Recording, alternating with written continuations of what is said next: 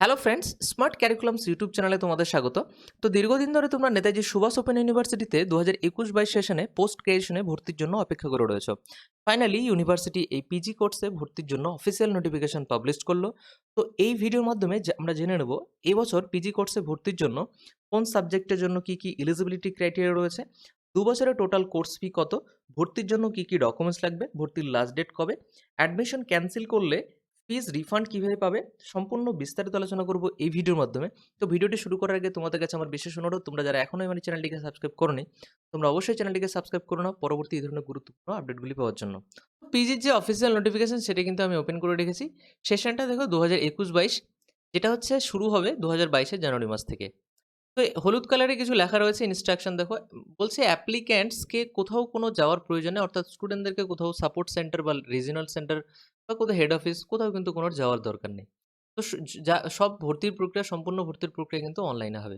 তো সর্বপ্রথম আমরা দেখে নেবো যে কী কী সাবজেক্ট রয়েছে এবং কোন সাবজেক্টের জন্য কী কী এলিজিবিলিটি রয়েছে।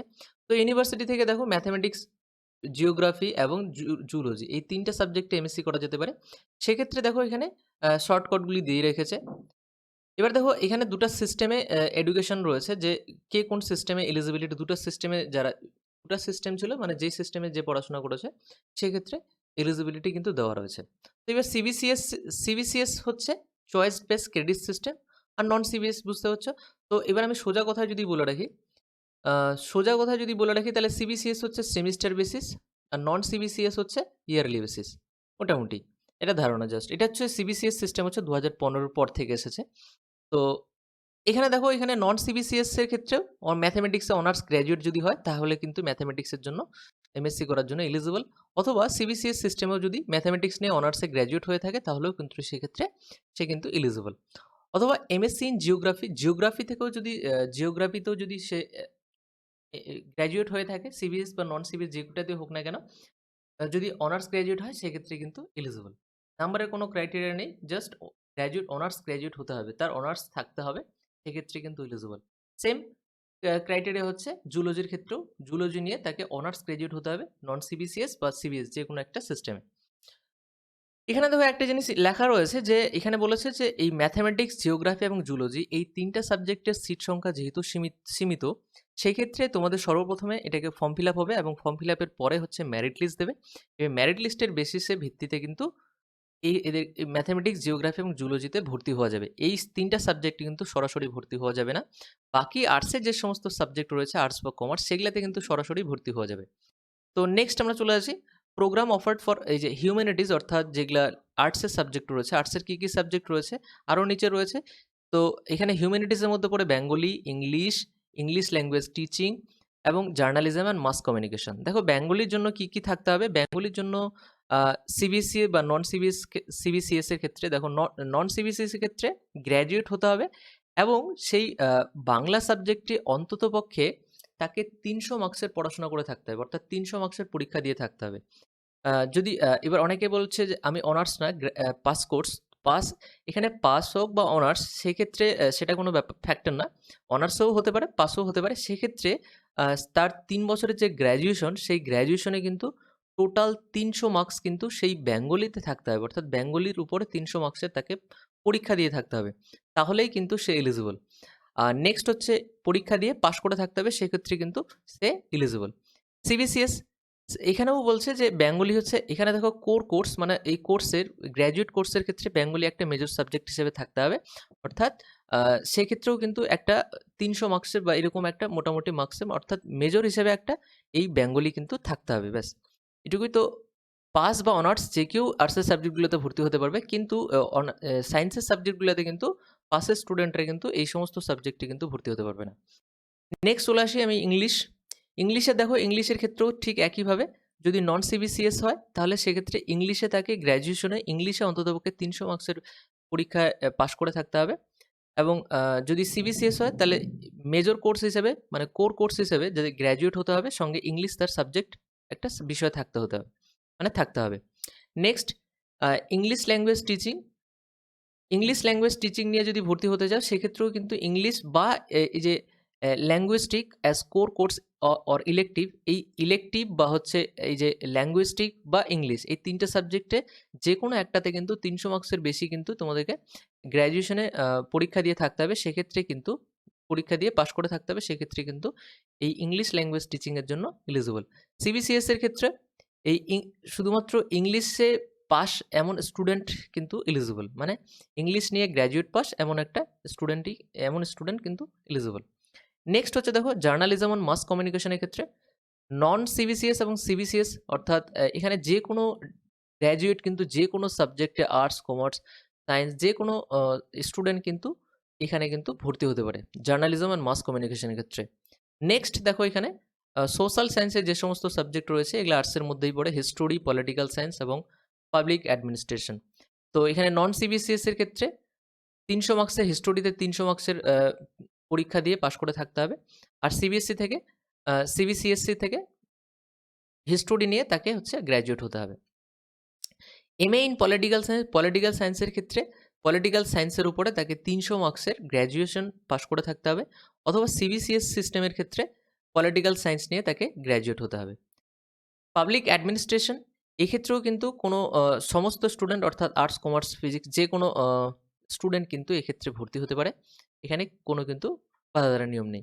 নেক্সট দেখো এমএ ইন এডুকেশনে যদি কেউ ভর্তি হতে চায়, এখানে দেখো সাবজেক্ট কোড কিন্তু পাশে দেওয়া আছে, শর্ট কোড যেটা।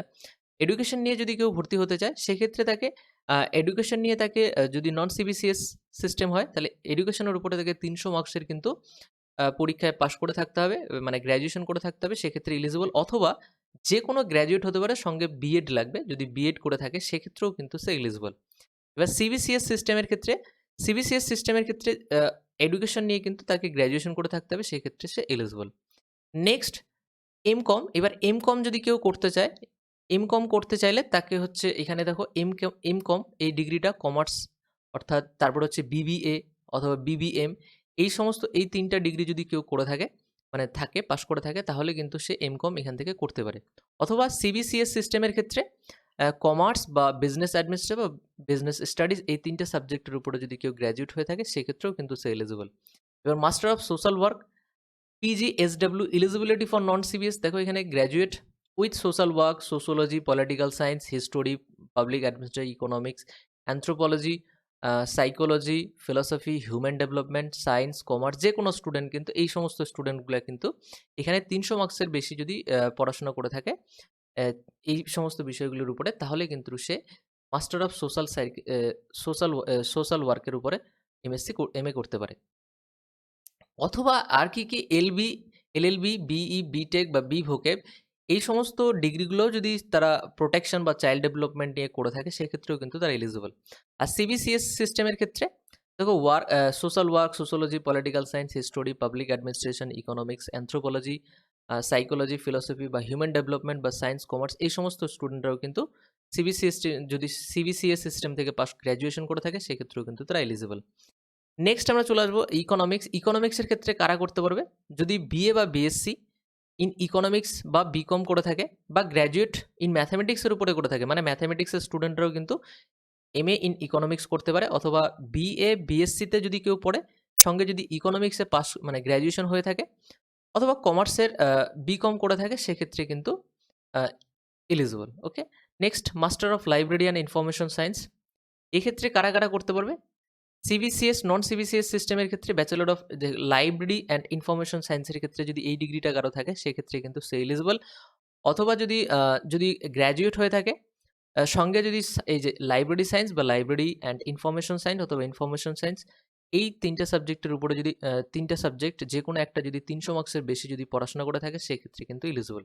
অথবা সিবিসিএস সিস্টেমের ক্ষেত্রে লাইব্রেরি অ্যান্ড ইনফরমেশন সায়েন্স এই ডিগ্রিটা থাকতে হবে। অথবা যদি যে কোনো গ্র্যাজুয়েট যদি এই লাইব্রেরি সায়েন্স বা লাইব্রেরি বা ইনফরমেশন সায়েন্সের উপরে গ্র্যাজুয়েট হয়ে থাকে সেক্ষেত্রেও কিন্তু সে এলিজিবল। তো এবার আমরা চলে আসবো এখানে কোর্স ফির বিষয়টা ডিটেলস। দেখো এখানে কোর্স ফি হচ্ছে যেমন মানে এমএ হচ্ছে যেমন আর্টসের subject English, Bengali, English language teaching, history, political science, public administration, education and economics and MCom এই সমস্ত সাবজেক্টে যদি কেউ এমএ করতে চায় সেক্ষেত্রে তার টোটাল কোর্স ফি মানে ৩৮০০ + ৪৭৫ টোটাল লাগবে হচ্ছে টোটাল হচ্ছে 4,275। এটা হচ্ছে 1 ইয়ারের জন্য। তাহলে এবার 2 ইয়ারের জন্য ইনটু 2 করে নাও। মোটামুটি দেখো 4,275 মানে হচ্ছে 8,550 টাকার মতো লাগবে। তো টোটাল হচ্ছে 2 বছরে।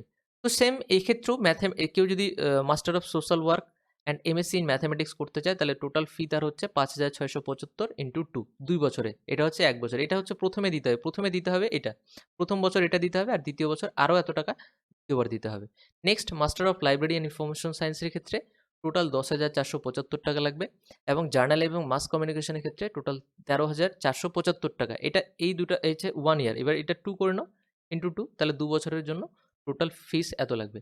এবার কোনটার জন্য কত লাগবে এ, বি দেখো এখানে এটা তো আমি বলেই দিলাম যে টোটাল কোর্স ফি কত লাগবে। নেক্সট হচ্ছে এবার আমরা ডেট চলে আসবো যে কবে ভর্তির আর হ্যাঁ, হ্যাঁ। তো এখানে দেখো 11ই ডিসেম্বর থেকে ভর্তি শুরু হবে এবং এটা চলবে 2022 এর জানুয়ারি মাসের 2 তারিখ পর্যন্ত। তো নেক্সট হচ্ছে এই যে অনলাইন যেটা ফি, অনলাইন বা অফলাইন সেটা হচ্ছে আপ টু হচ্ছে জানুয়ারি মাসের 2022 এর জানুয়ারি মাসের 10 তারিখ পর্যন্ত এটা টাইম থাকবে ফি পেমেন্ট করার জন্য। এবার কিভাবে তোমরা ফর্ম ফিল আপ করবে তার ভিডিও আমি আপলোড করে দেবো। যে কিভাবে তোমরা ফর্ম ফিল আপ করবে এবং কি, কি কোর্সে আর কি রয়েছে। তো সমস্ত আমি ডিটেইলস আমি ভিডিওর মধ্যে আরও বলে দেবো। তো এবার নেক্সট আরেকটা গুরুত্বপূর্ণ পয়েন্টে চলে আসি আমি।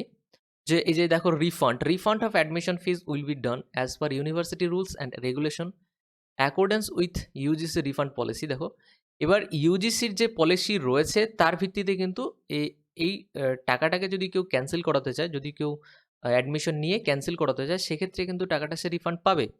তো কি, কি ক্রাইটেরিয়া রয়েছে ইউজিসির যদি তোমরা জানতে চাও তাহলে অবশ্যই তোমরা আমাকে কমেন্ট করে নিচে জানাও যে তোমাদের কিভাবে তোমরা টাকাটা পাবে এবং কত পাবে।